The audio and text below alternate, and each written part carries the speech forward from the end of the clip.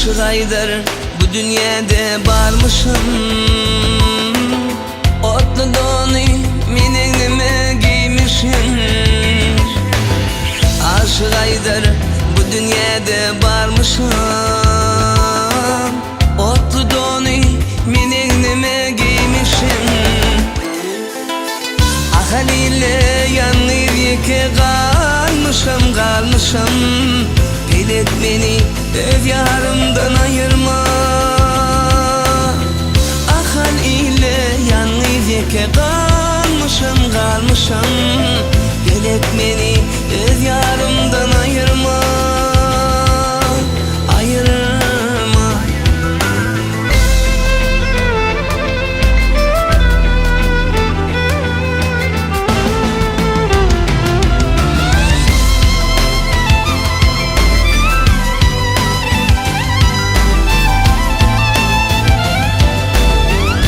Küpeler hoş eyledin güllürdüm.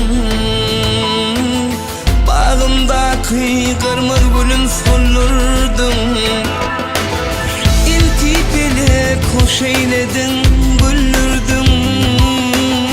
Bağımdaki kırmızı gülüm sollurdum.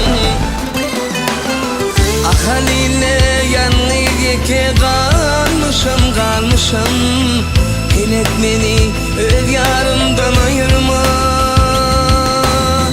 Ahaliyle yanır yeke kalmışım. Hilet beni ev yarımdan ayırma.